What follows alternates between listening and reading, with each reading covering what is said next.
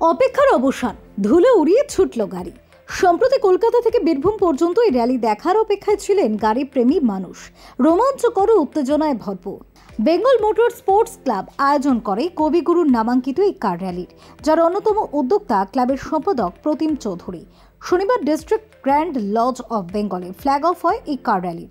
রবিবার মূল র্যালি, যেখানে অংশ নেন 21 জন প্রতিনিধি। শীতের মৌসুমে কবিগুরুর শহরে সাহিত্য নয়, চার চাকা দাপিয়ে বেড়ালো জাতীয় স্তরের এই র্যালিতে। টানটান ও রোমাঞ্চকর এই গাড়ির লড়াইয়ে INTSDRC 1 বিভাগে প্রথম হন আসগর আলী, দ্বিতীয় হন সুবীর রায়, তৃতীয় হন দীপ দত্ত। ওপেন কর্পোরেটে পৌলমী ঘটক প্রথম হন। ওপেন বিভাগে জয়দেব ঘোষ প্রথম, সোহম হাজরা দ্বিতীয়, শুভদীপ চ্যাটার্জি তৃতীয়। INTSDRC W কর্পোরেটে প্রথম হন গীতিকা পান্থ।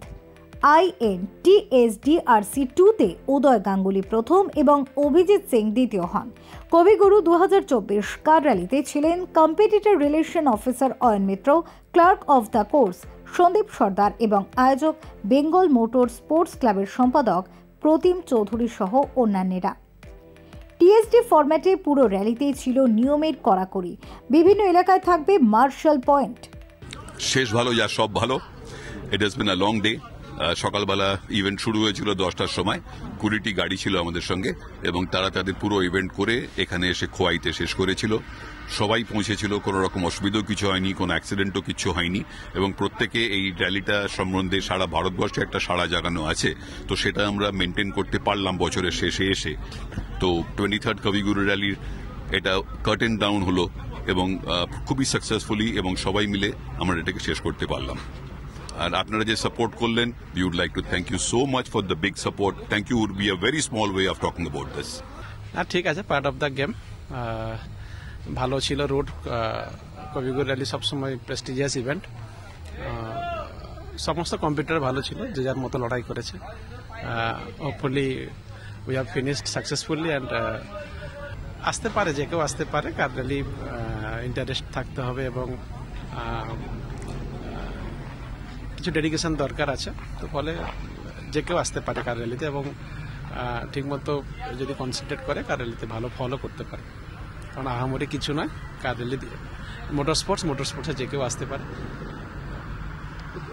কি বলবে যে তুমি এটা সেকেন্ড হলে কিন্তু one of the best navigator বলে তোমাকে? हाँ, ऐसा कुछ नहीं है। इंशाल्लाह वो बाई चांस हम लोग ऐसे ही अभी जा रहे हैं फर्स्ट अभी, और फाइनल के लिए हम लोग नेक्स्ट प्रिपेयर कर रहे हैं। इंशाल्लाह होपफुली इस साल चैंपियनशिप फिर से जीतेंगे। अभी जो चैंपियनशिप हमें है वही डिफेंड करेंगे, पूरा कोशिश हम लोग करेंगे। Thank you.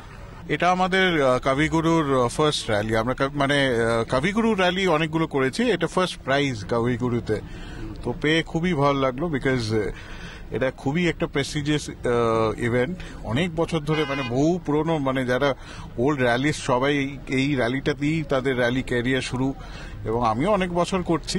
But this the first time আমরা প্রাইজ পেলাম। তো থার্ড হয়েছি, যদিও পসিবিলিটি ছিল আরো ভালো করার, বাট সামহাও এটাই স্পোর্টস, এটাই র্যালি।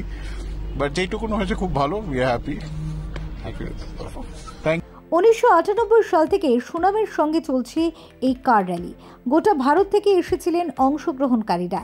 ইস্ট জোনের সেরারা সুযোগ পাবেন বেঙ্গালুরুতে অল ইন্ডিয়া ফাইনাল কার র্যালিতে। Bureau report, channel 10।